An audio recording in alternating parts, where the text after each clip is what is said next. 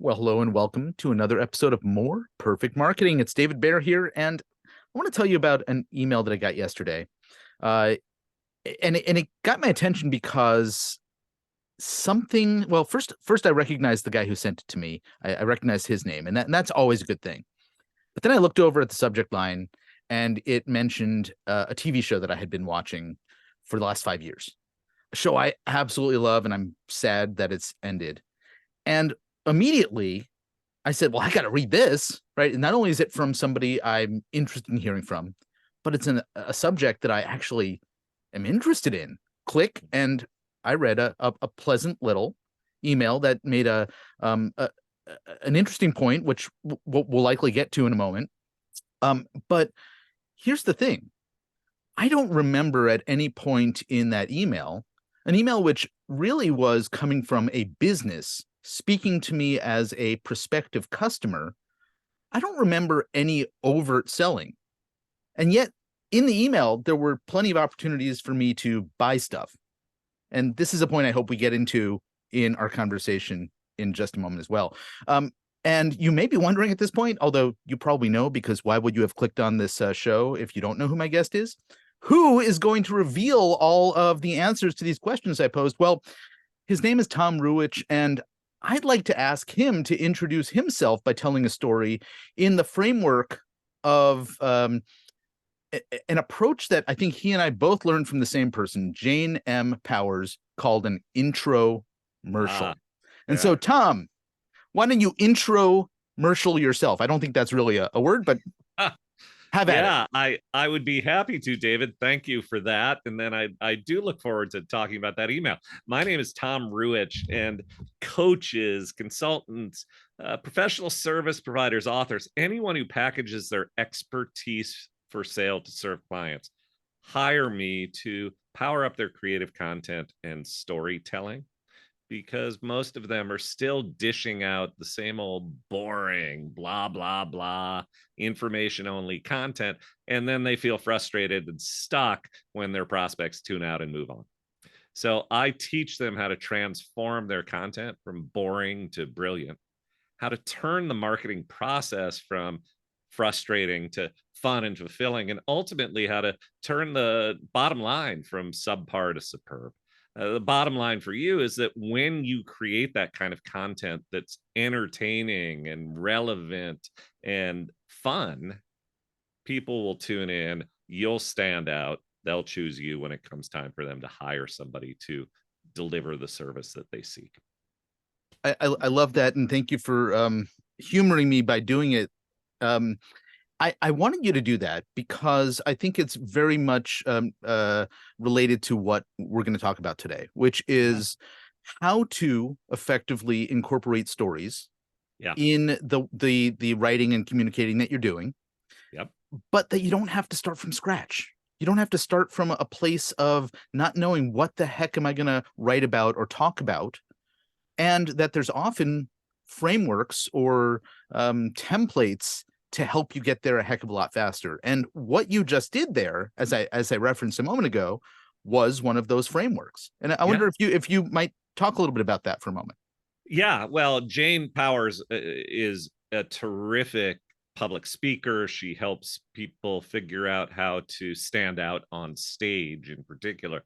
And she has this thing that she calls the intromercial. And the thing that I love about her intromercial framework is that it starts by talking about your clients, not by talking about yourself. And that is a central idea to the frameworks that I teach for how to create stories without getting stuck inside of writer's block. It begins by saying to yourself, well, why are people hiring me? Who are they? Number one. What makes them tick?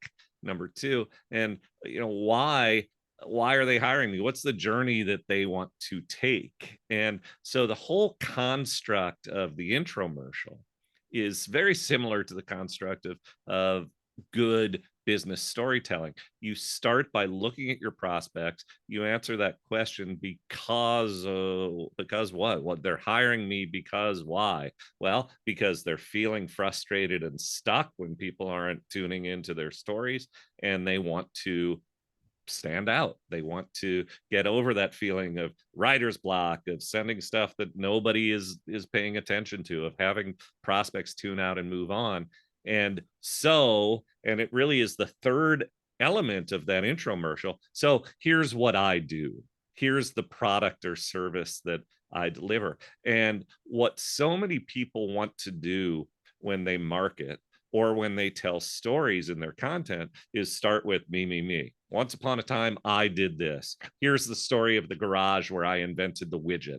Here's the story of the ditch and how I crawled out of it. And nobody gives a hoot about any of that unless you start by making it relevant to the prospect or to the customer, and making it clear that you know them, you know what they're feeling, you know where they want to go. And now, oh, by the way, here's how I'm going to get you there.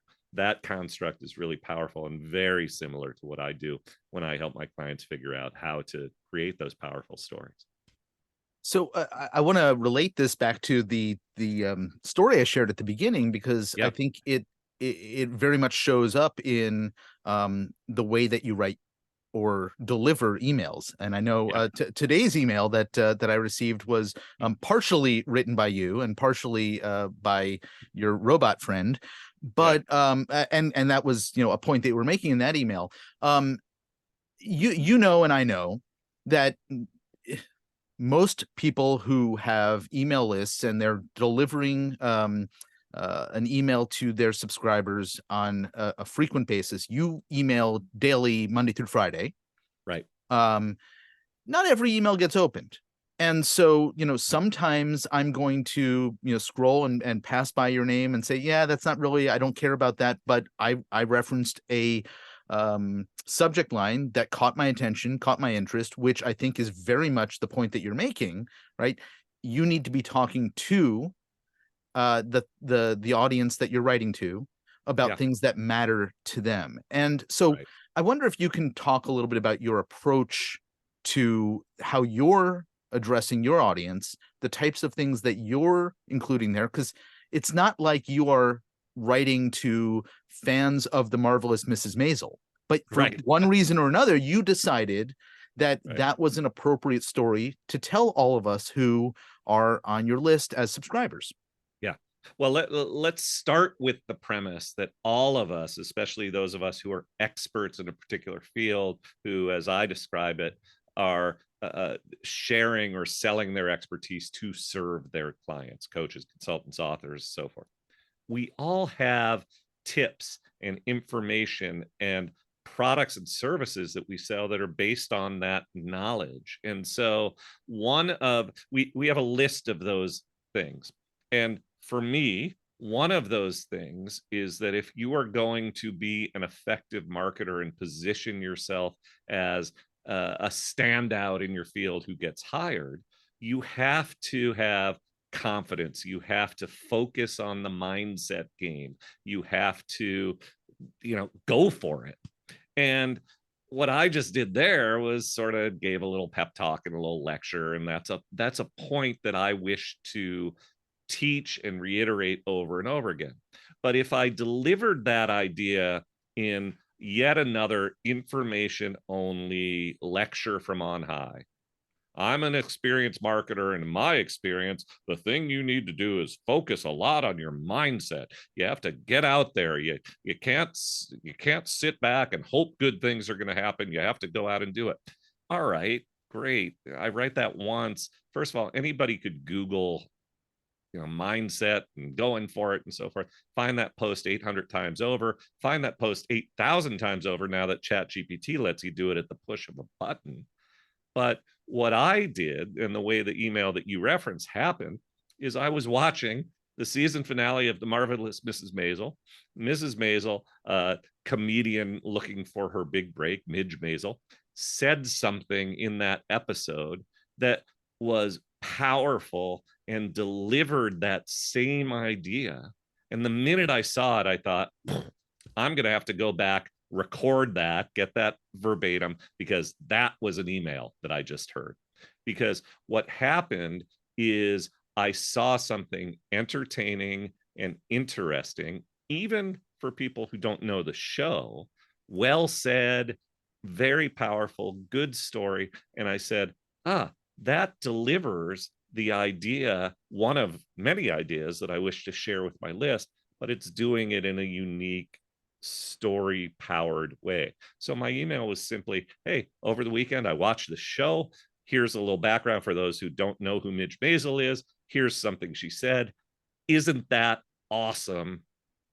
Pretty much the end. That Yep. was it in the email. And for those who know the show, it resonated probably a little more. For those who don't know the show, the words still stood out, and it wasn't just Tom the expert lecturing and delivering information, blah blah, information only, blah blah blah emails.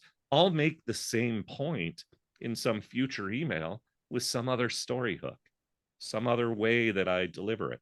Could be a client experience, could be a slice of life story about myself, could be something I read in a book or see in a movie or see in another television show. And nobody who gets that next email is going to say, hey, Tom, I remember back in May, you sent me an email about the same idea with that Mrs. Maisel thing. How dare you tell me the same thing now, 3 months later? That's not how it works. It's you're constantly entertaining and delivering relevant information, but you're doing it in unique and powerful ways. So I think pretty much everything you said there could be applied to many different forms of communication, Oh yeah. not exclusive to emails. So, think about this in terms of social media posts and other, even getting up and talking to a room of people, and you have to come back each and every week to your networking group, and you're running the group, and you have a story that you want to tell. Well, you can find different ways to tell the story.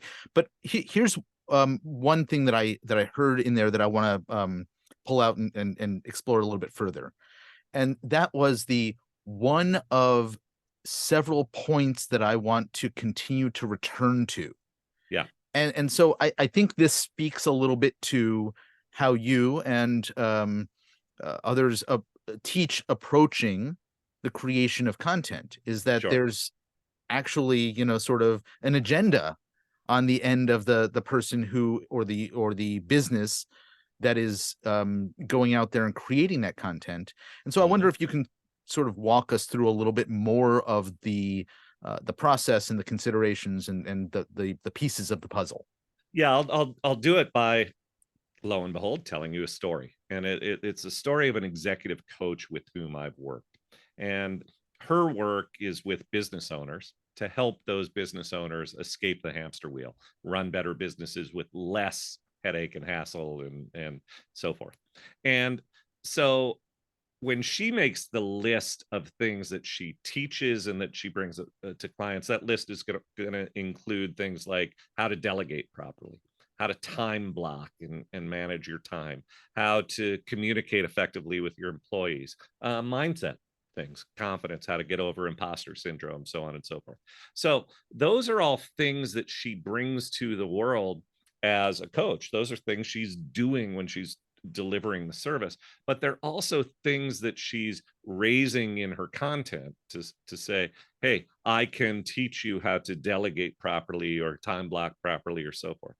The great mistake that she used to make, and that so many others make, is writing that blog post that says, here are 5 tips to delegate properly, blah, blah, blah, blah, blah. In fact, she had written such a blog post before she hired us. But when she brought us in, what we said is, yeah, it's great. Talk about delegation, demonstrate to the world that you know how to teach the business owner how to do that, but don't put it out there as just here are some tips and now call me if you want to dig deeper on delegation. What we did is we found a story, and in her case, it was a client experience story, a business owner who had not gone on a vacation longer than a long weekend, Friday through Monday, in 20 years of owning his business. Never gone on vacation longer than 4 days.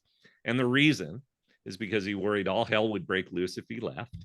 He worried he'd sit on the beach with the weight of the world on his shoulders, distracted and unhappy. He worried that when he would return, things would be all messed up and he'd spend 2 weeks fixing things that got broken when he left.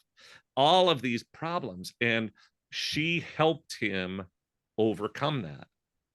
So the email that we wrote that and became a blog post. The subject line was how a stressed out owner let go and got away.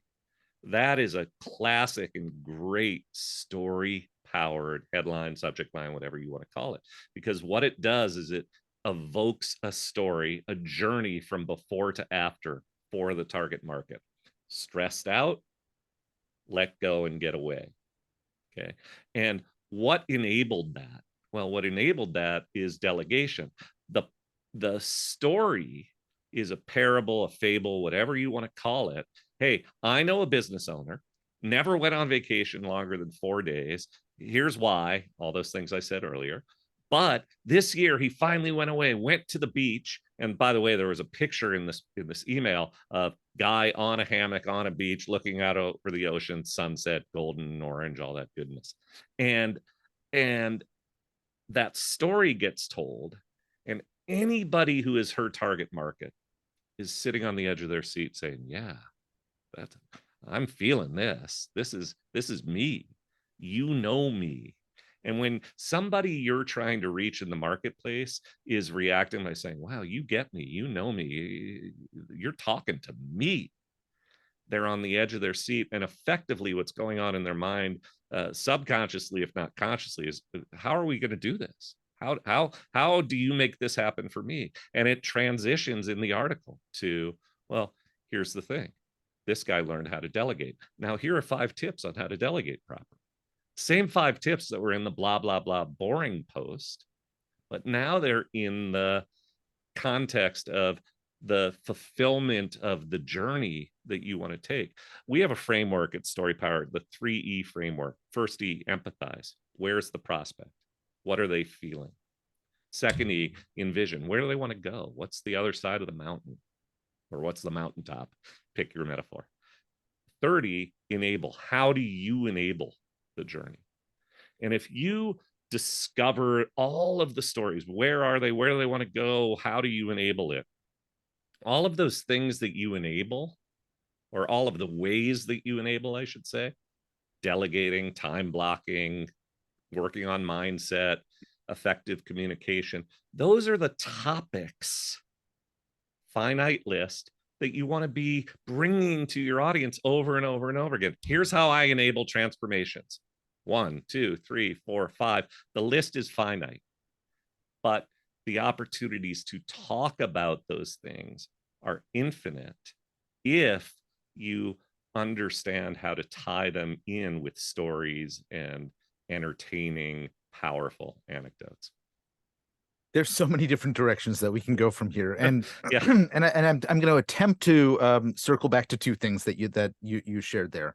The first one is where you talked about the kind of emotional connection to the story, right, versus the lack of emotional connection to the boring list, right? I can't imagine that, she writes an email that says, here's how to delegate. First, look at the things that you are on your plate.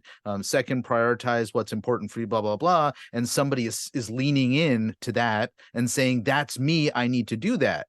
yeah, If they are, then then they don't have very much going on in their lives. right, And so I think that there's a very clear argument to the need to be able to connect with people directly through illustrating. And this reminded me, I'm going to circle back to the second thing, but I'm going on a tangent for a moment, yeah, of when I have guests here on this podcast, particularly on the episodes that we don't end up publishing, where I get a very dry, step 1, step 2, step 3 delivery, and then I ask them like 17 times, could you sort of explain, what that might look like in the real world, so that it's a little bit more tangible? How would a business do that? Tell me about this time when a client of yours went through that and what that transformation was like. And they're never able to. yeah, And I'm thinking, gosh, I don't know that this is going to be helpful or useful to the listener. right, Okay.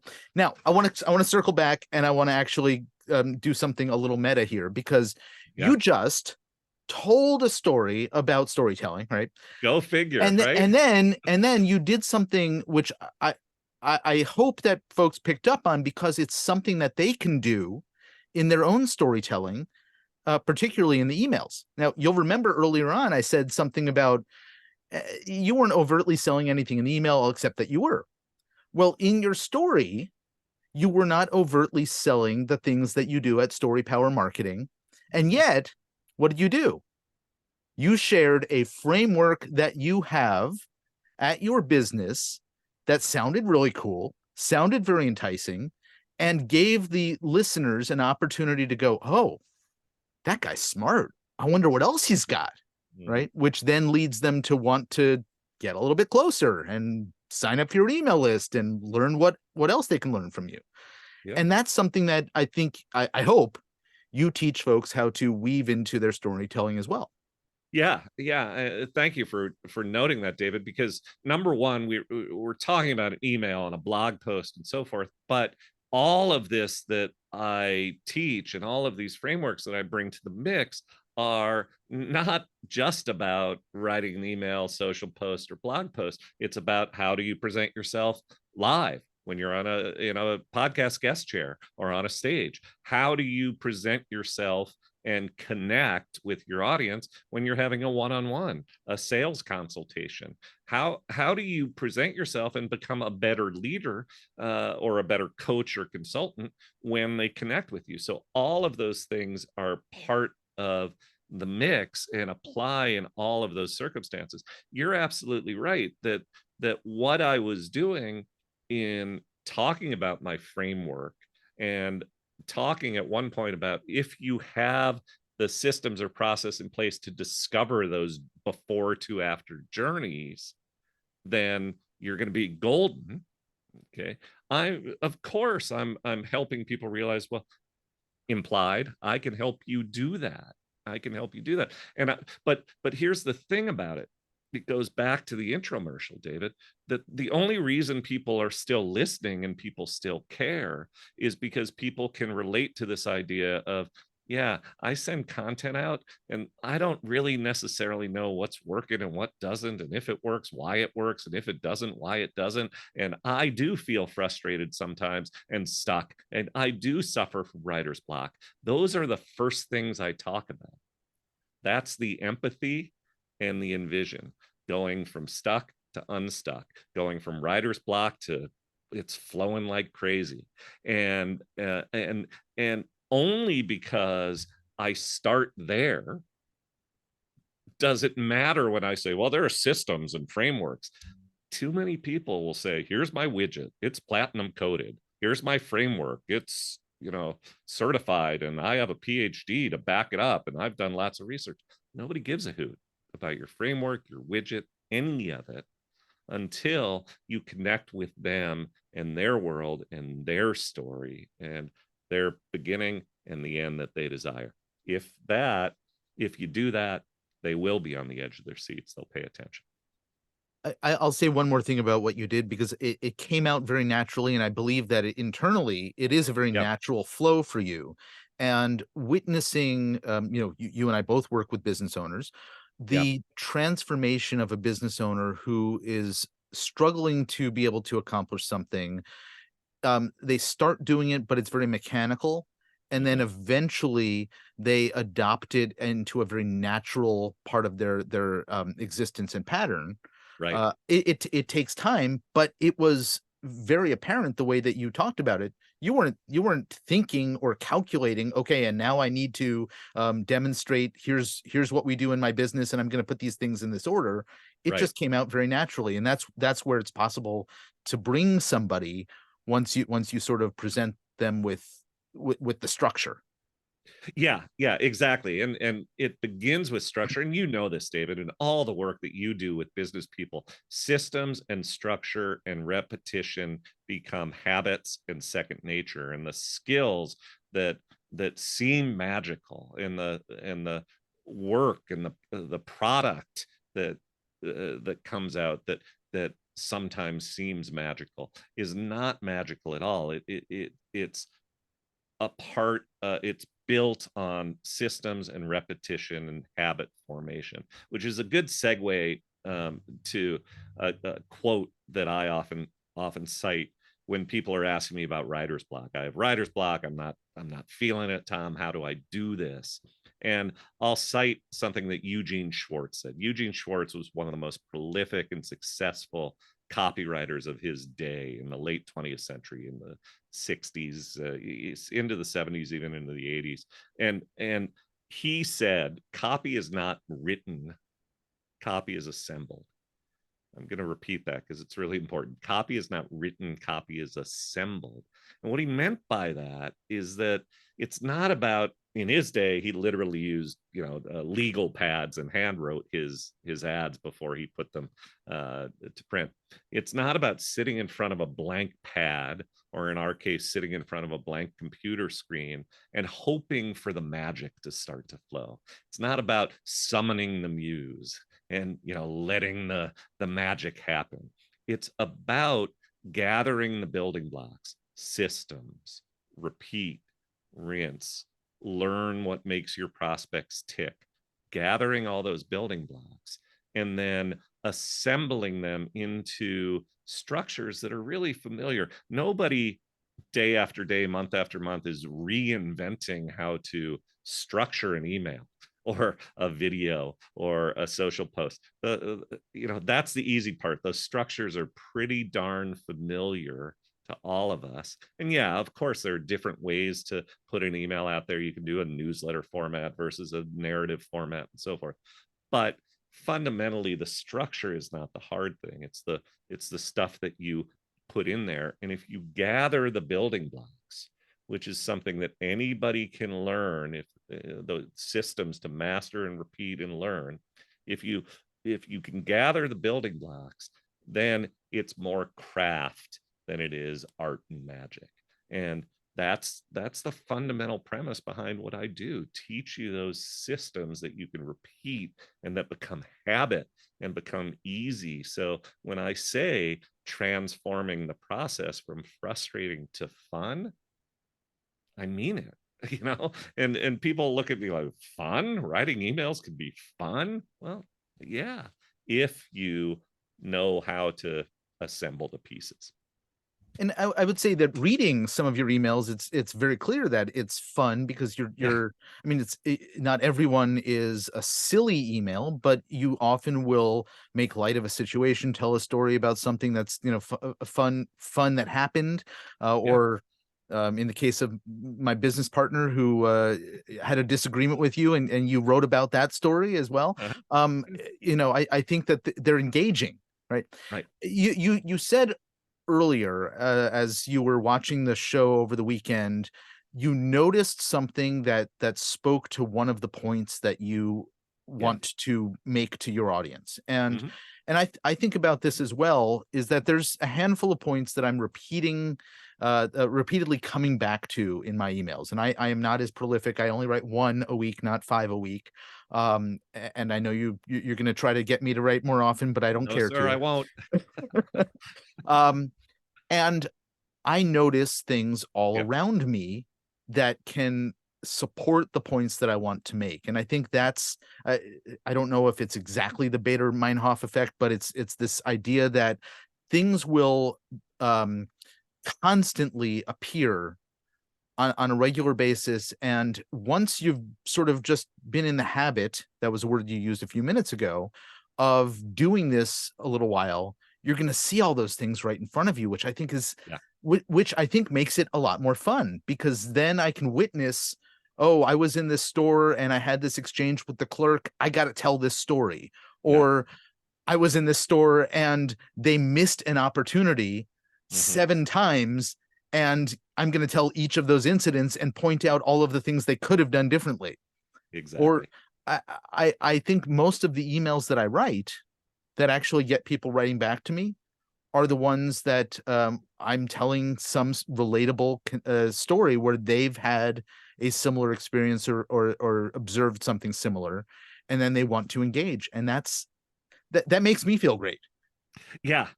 And we run into things that are interesting and entertaining and funny and maybe sometimes a little cringeworthy, whatever, emotion inducing, I guess would be a good way of putting it. We run into those things all the time. Again, could be in our own lives, could be something we see on a screen, we read in a book, another person tells us, whatever the case may be.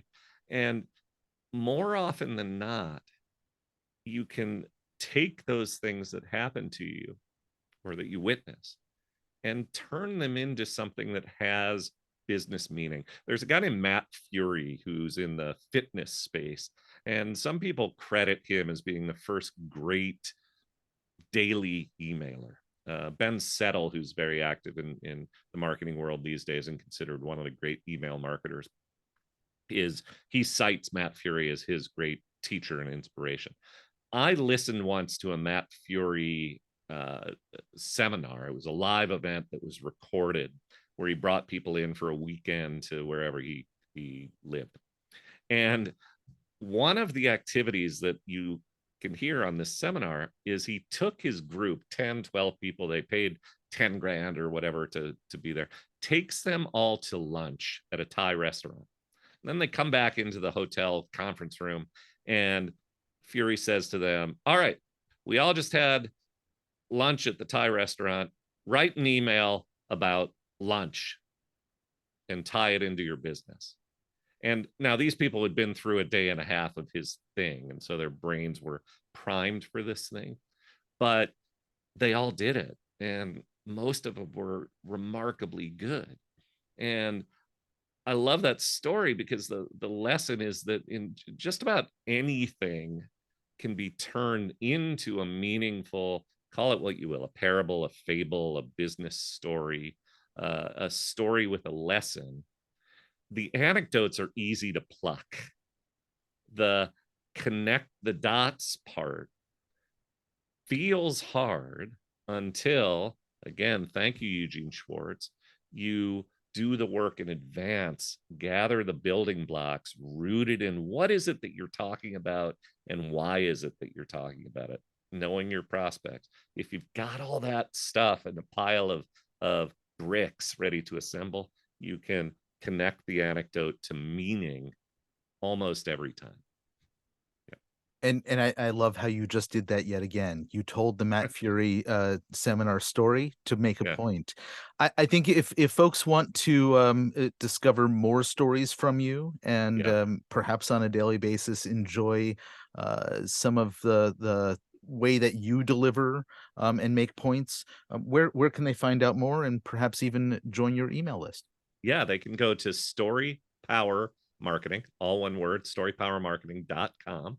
And on that site, there will be a pop-up that asks you to join the email list. And if you miss that pop-up, there's a button in the top right that asks you to join the email list. In the main navigation, there's a resources link that has some free resources, a training video, some downloads.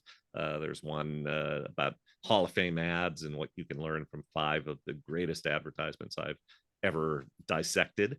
And those are some of the things that can happen when you visit the website. You also can find me on LinkedIn, and that'll be in the show notes, I suppose. But well, I guess they will now. Yes. Yeah, I put you on the spot. Tom, just search for Tom Ruwitch, Ruwitch, on LinkedIn. I'm the only one you'll find, and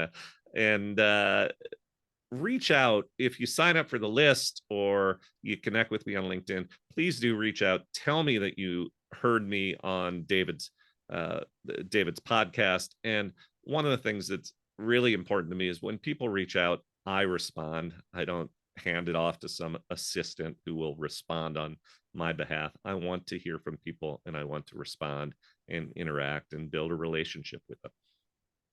As you have done with me, and I greatly appreciate it, and I'm glad that it brought us together again today. So Tom Ruwitch, thank you so very much for joining me. I appreciate it. David, thanks so much. Indeed. Folks, this has been More Perfect Marketing. If you know somebody who could benefit from listening to this episode, and I'm pretty sure you do, please share it with them. Until next time, this has been More Perfect Marketing. Take care.